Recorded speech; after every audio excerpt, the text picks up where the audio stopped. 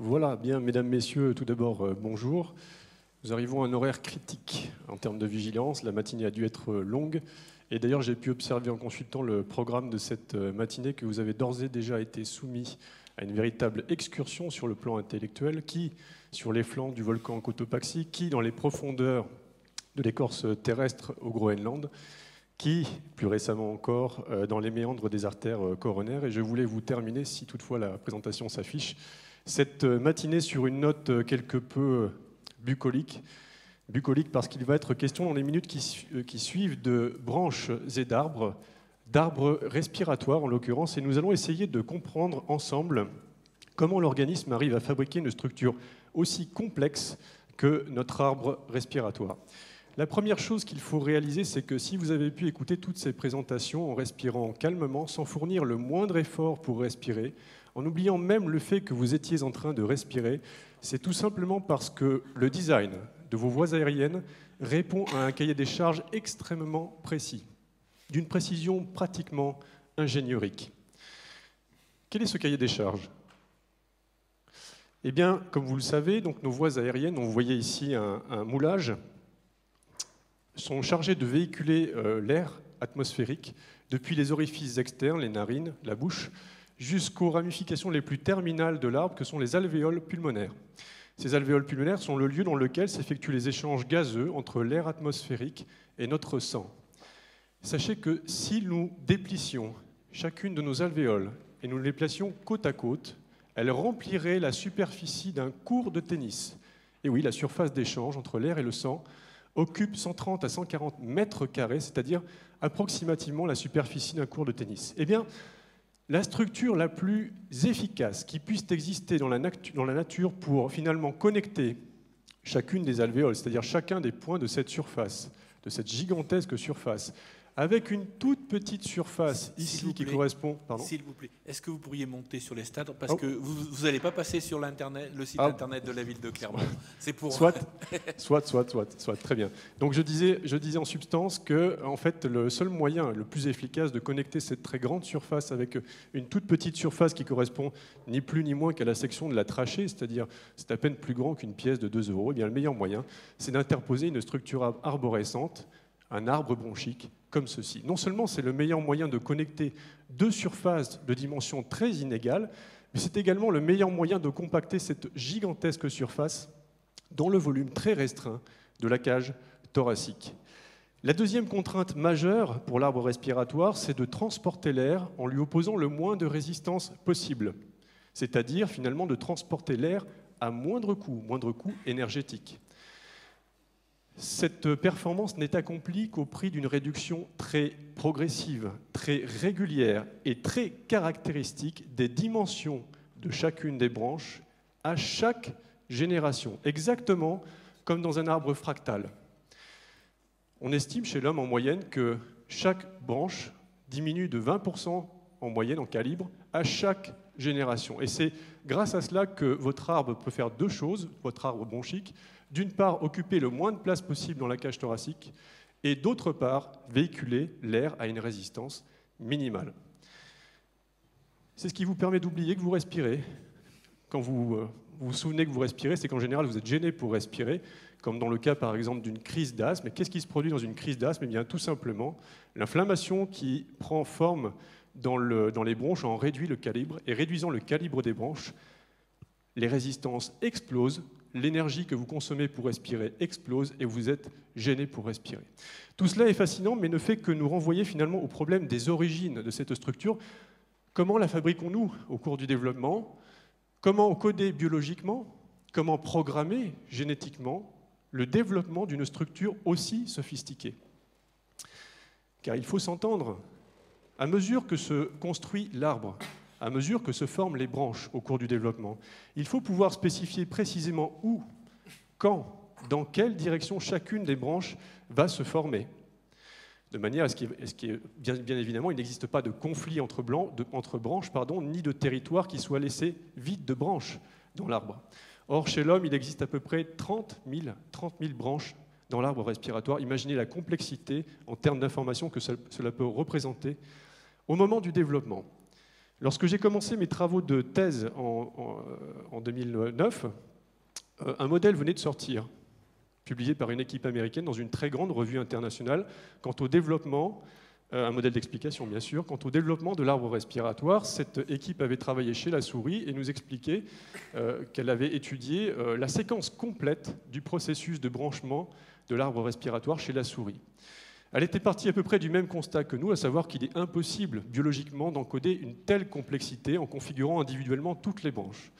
Et ils avaient abouti à cette conclusion, ils nous avaient dit finalement le plan complet de l'arbre, il doit bien être encodé par quelque chose, par un programme génétique certes, mais ce programme génétique doit pouvoir être simplifié. Ils s'étaient appuyés pour produire cette idée sur 3 résultats majeurs, qui sont les suivants. Le premier est que l'architecture de l'arbre est très stéréotypée. Qu'est-ce que ça veut dire, très stéréotypée? Ça veut dire que l'arbre est quasiment identique d'un individu à l'autre. Le programme génétique fabrique le même arbre pour tout le monde. La deuxième idée est qu'il n'existe pas 36 manières de brancher, il n'existe que 3 motifs de branchement élémentaires dans l'arbre bronchique. Le premier, ce sont ce qu'on appelle des branchements en domaine. Vous voyez ici une branche parentale, et puis ici des branches collatérales qui se forment ici, un petit peu en dents de peigne. Cela forme un domaine. Éventuellement, il peut exister plusieurs domaines le long de la même branche parentale. Le deuxième mode sont des bifurcations planaires, une branche qui pousse et puis une bifurcation qui survient. Éventuellement, cela peut se répéter, ainsi de suite. Et puis enfin, des bifurcations dites orthogonales. C'est très simple, hein, c'est une bifurcation planaire comme ceci, sauf que la bifurcation suivante se déplace de 90 degrés. D'où le nom bifurcation, bien sûr, orthogonale. Ça, c'est le deuxième point. Le troisième point est le suivant. Ces motifs élémentaires ne sont pas utilisés n'importe comment dans l'arbre, dans n'importe quel ordre. Ils sont utilisés dans seulement 3 séquences de couplage spécifiques. Il n'existe que 3 arrangements possibles entre ces modes de branchement élémentaires. Donc si on résume les choses, c'est très simple. Il existe un programme génétique qui contient le plan complet de l'organe. Ce programme génétique fait le même arbre chez tout le monde, et il est simplifié, ce programme, par l'existence de 2 boîtes à outils. La première contient 3 modes de branchement élémentaires. La deuxième contient 3 séquences de couplage. Et c'est tout. Et cette idée a eu un impact considérable dans la communauté scientifique parce que finalement, elle parvenait à réduire, à rendre intelligible la complexité de quelque chose qui est terriblement compliqué, c'est-à-dire la structure d'un arbre. Cela nous a posé des problèmes tout de suite, en réalité, cette idée, parce que d'un point de vue médical, nous savions que l'arbre bronchique chez l'homme n'est pas très stéréotypé. Et ça, on le sait des centaines de scanners thoraciques qui sont réalisés chaque jour dans le monde et qui permettent d'obtenir ce genre de reconstruction sur les premières générations bronchiques très facilement. Ici, on peut voir qu'il y a des variations de structure, c'est très évident. Non seulement ces variations de structure, il y en a plusieurs dans leur type qui sont décrits, mais en plus, certaines sont très fréquentes. Donc vous voyez, ça posait quand même quelques problèmes. S'agissait-il d'une différence purement liée à l'espèce, homme-souris ? Ou bien, le modèle que je viens de vous présenter correspondait-il à une simplification quelque peu excessive de la réalité? C'est ce que nous avons voulu vérifier. Alors, très simplement, on a fait exactement la même chose que nos collègues américains, avec quelques petites choses en plus, parce qu'il a fallu raffiner l'étude, bien sûr. On n'a pas travaillé sur le poumon tout entier. On a travaillé sur un seul lobe pulmonaire pour diminuer la quantité de résultats et travailler plus précisément. On a fait ça chez la souris, bien évidemment, la même lignée de souris dites sauvages que nos collègues américains. Et on a reconstitué de la même façon toute la séquence de branchement dans ce lobe chez ces souris.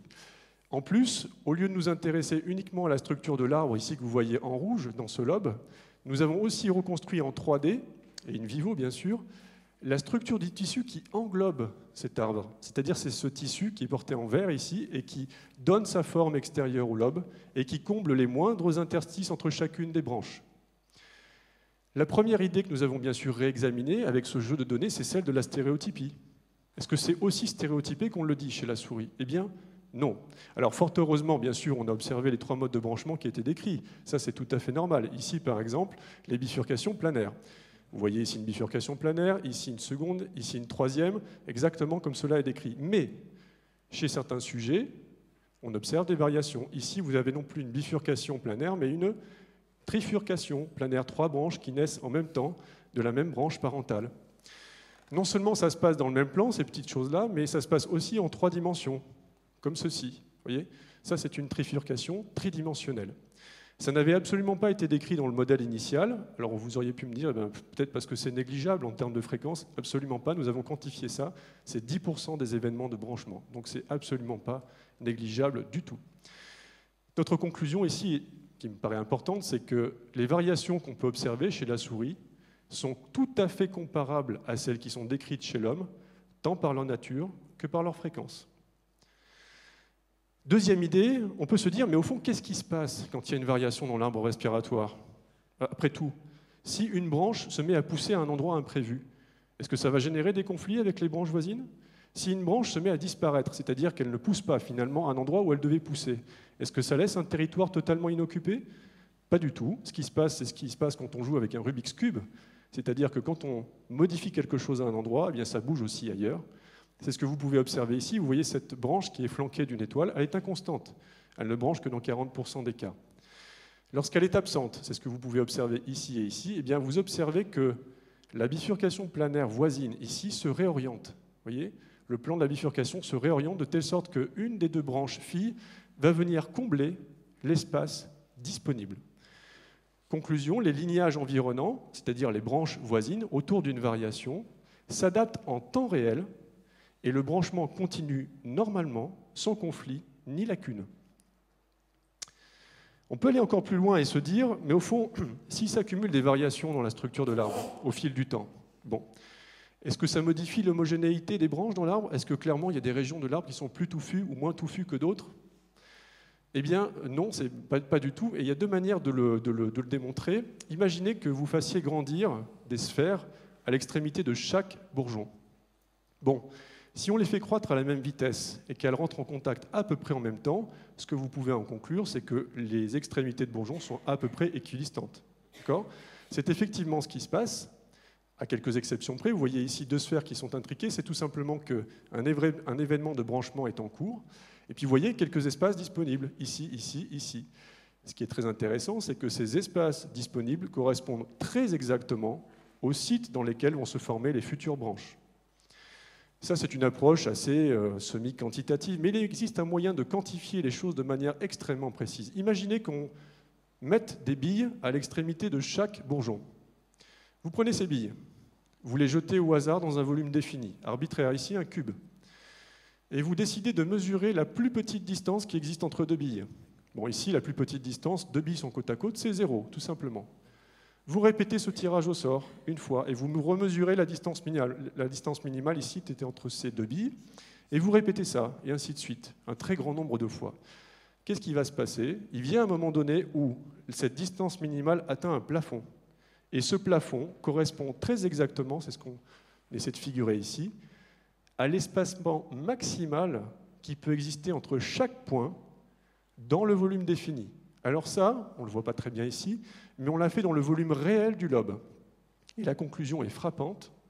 La valeur d'espacement maximal théorique correspond très exactement à la valeur mesurée in vivo entre chaque extrémité de branche. Conclusion, ce que font les bourgeons en temps réel, c'est qu'ils s'espacent au maximum les uns des autres. Donc, en définitive, on passe d'un modèle dans lequel ce qu'il fallait expliquer, c'était l'invariance de la structure de l'arbre, la stéréotypie. Le programme devait fabriquer un arbre identique chez tout le monde, à un modèle dans lequel il existe manifestement des variations. Et le phénomène invariant qu'il convient à présent d'expliquer, c'est cette capacité des bourgeons à s'espacer en temps réel au maximum les uns des autres. Existe-t-il un mécanisme, si possible connu, qui permette d'expliquer ce phénomène constant et invariant? Eh bien, oui, fort heureusement. On sait depuis une dizaine d'années, 15 ans pour être exact, qu'il existe un facteur de croissance, on l'appelle FGF10, mais peu importe, ça n'a pas d'importance. Ce facteur de croissance est absolument indispensable au développement de l'arbre. On sait que lorsqu'on le supprime, il n'y a tout simplement pas d'arbre du tout.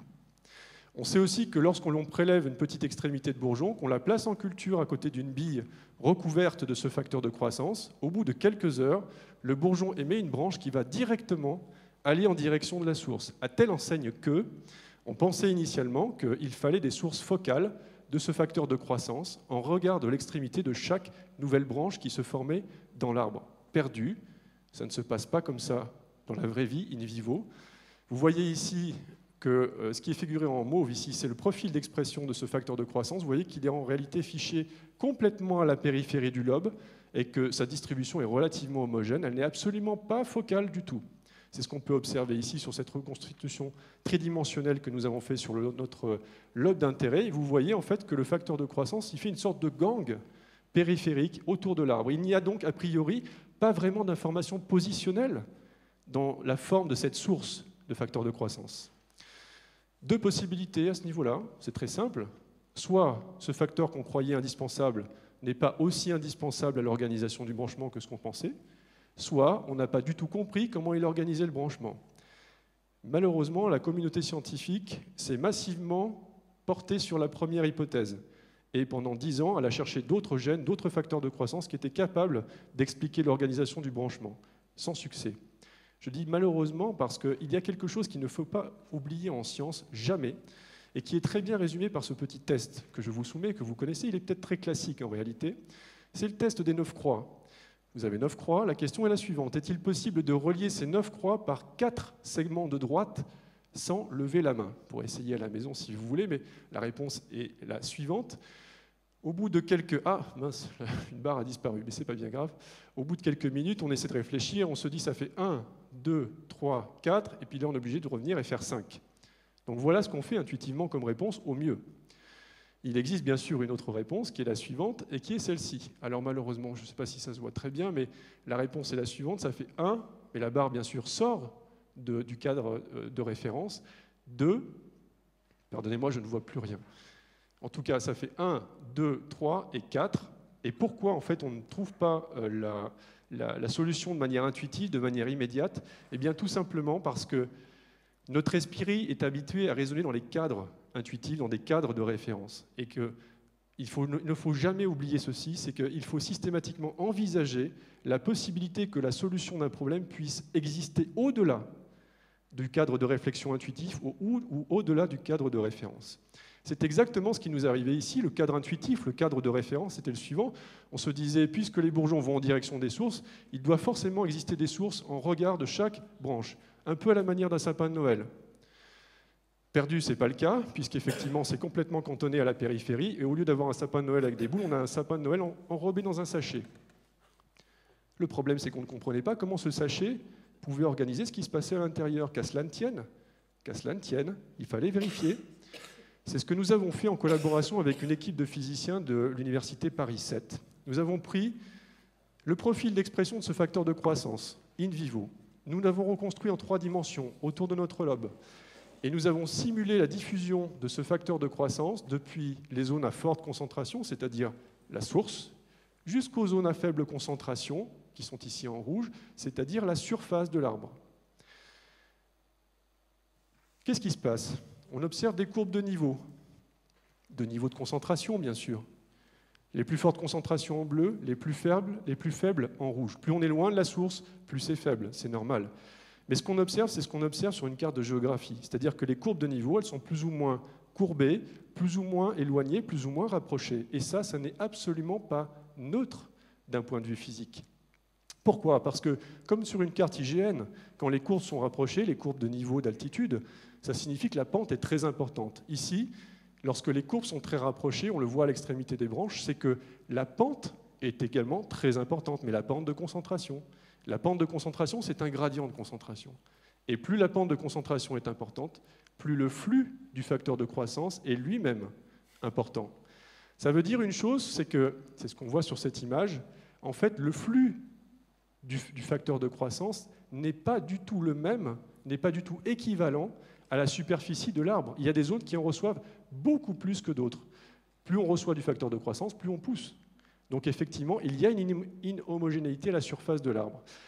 Et ce qui est très important ici, je voudrais vraiment insister là-dessus, c'est qu'on part d'une information qui n'a pas une allure positionnelle, du tout, et qui, par le jeu de la diffusion et de la géométrie de l'objet, devient positionnelle à la surface de l'arbre. Mais ça, c'était absolument pas, j'allais dire, intuitif comme solution. Il fallait vraiment le tester pour y arriver. Alors ça, c'est ce qui se passe dans une géométrie fixe. Dans la vraie vie, c'est plus compliqué. En fait, ce qui se passe, c'est que l'arbre pousse, et en même temps que l'arbre pousse, le lobe grandit. Bon, On fait la simulation, on fait croître l'arbre en même temps qu'on fait croître, on va dire, l'enveloppe du lobe. Et le résultat est assez bluffant. Ici, c'est en 2 dimensions, bien sûr. Les résultats en 3 dimensions sont en train d'être publiés. Donc, je n'ai pas pu vous les montrer aujourd'hui, mais ce qu'on voit apparaître spontanément, ce sont des branchements. Spontanément, en réalité. Et ces branchements ont la propriété de, d'une part, s'auto-éviter les uns les autres. Ils ne rentrent jamais en collision les uns avec les autres. Et deuxièmement, de remplir l'espace en temps réel. Exactement comme ce qui se passe in vivo. Je voudrais, si vous me le permettez, conclure sur cette idée. Donc, bon, ces résultats ont fait l'objet déjà de 2 publications. 2 sont soumises en début d'année. Une 3e va l'être dans quelques jours, mais ça, peu importe à la rigueur. Ce qui me paraît important ici de retenir, c'est que ce modèle, finalement, nous donne une petite idée de ce qui se passe dans cette sorte de boîte noire entre l'information génétique d'un côté et la complexité de l'organisme qu'elle fabrique à l'autre extrémité. Qu'est-ce qui se passe dans cette boîte noire ? Eh bien, ce qu'on voit, c'est que l'information qu'injecte le génome dans le système, elle est relativement rudimentaire. Mais ça, ce n'est pas une surprise.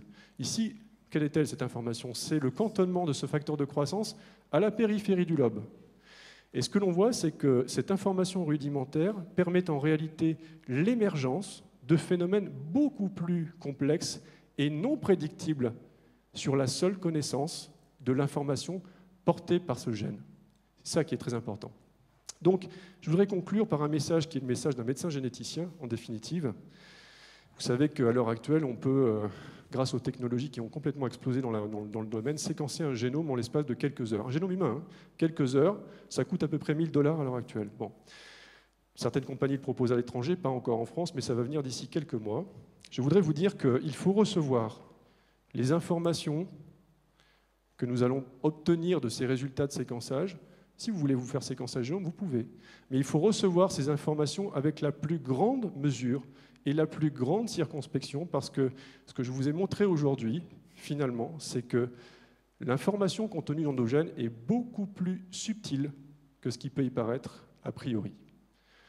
Je termine en remerciant naturellement les membres de mon équipe, nos collaborateurs à l'université Paris 7, ici le professeur Vincent Sapin qui avait déjà été primé ici. Je les remercie d'autant plus chaleureusement qu'il n'y a pas d'entreprise individuelle dans nos métiers. Nous ne sommes que la continuité de ceux qui ont produit et pensé avant nous.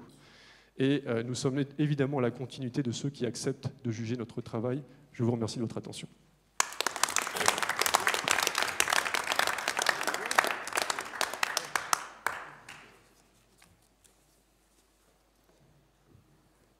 Bien.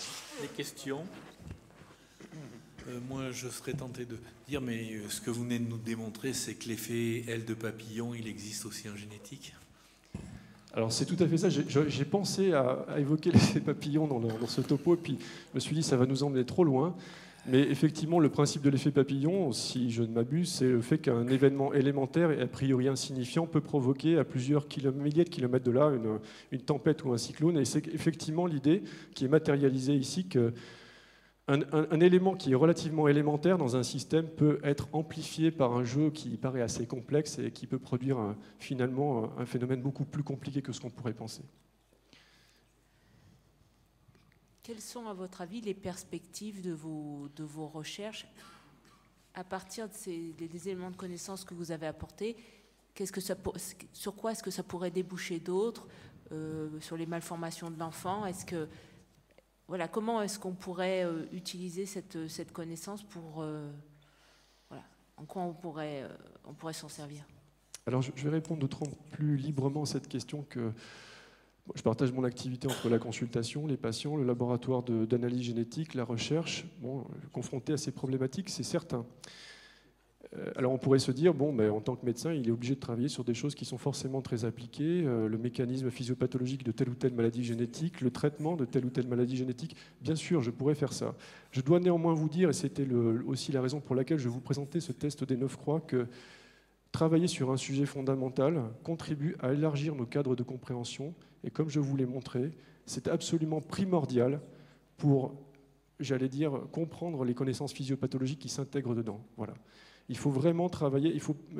Je ne regarde pas la recherche fondamentale comme quelque chose d'éthéré, je regarde cela comme quelque chose qui est une perspective, j'allais dire, un horizon qui nous permet d'intégrer nos connaissances physiopathologiques et thérapeutiques secondairement.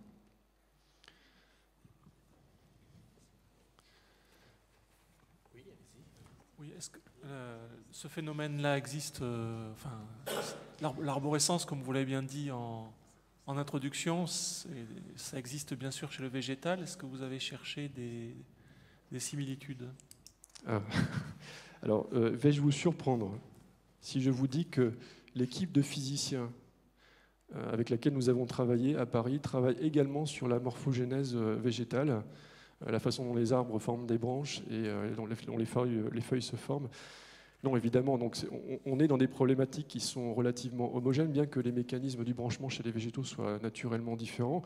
De manière assez simple, on peut concevoir qu'au lieu de maximiser l'accès à un facteur de croissance, un arbre, lui, maximise l'accès à l'énergie lumineuse dont il a absolument besoin pour fabriquer sa propre énergie, tout simplement. Ça reste un signal. Ça reste un signal, absolument. Au niveau de Clermont-Ferrand, vous n'avez pas travaillé avec le PIAF, par exemple? Si, bien sûr, mais justement, j'ai rencontré nos collègues physiciens par l'intermédiaire du PIAF, parce qu'effectivement, ils travaillaient ensemble sur les contraintes mécaniques, notamment, qui permettent de former les branches sur les arbres, tout à fait. Et sur ces modélisations d'arborescence, vous n'avez pas travaillé, par exemple, avec des informaticiens du LIMOS qui travaillent sur la théorie des graphes, sur la théorie des treillis, ou ce genre de choses, non? En première intention, je me suis dirigé vers le plateau clermontois, en réalité, pour, j'allais dire, développer ce dont j'avais besoin dans le cadre de ces travaux de thèse. On a ici un terrain qui est extrêmement fertile pour ces choses-là, ça c'est une évidence, mais je dois vous dire, j'ai été le premier surpris, qu'on rentre dans des choses tellement techniques, tellement spécialisées, qu'on est obligé, à un moment donné ou à un autre, d'aller travailler spécifiquement. Il n'y a pas beaucoup d'équipes en France qui sont capables de faire ce type de modélisation. On est obligé d'aller les voir directement. Je crois que c'est incontournable. Y a-t-il d'autres questions? Non? Merci. Eh bien, merci à vous.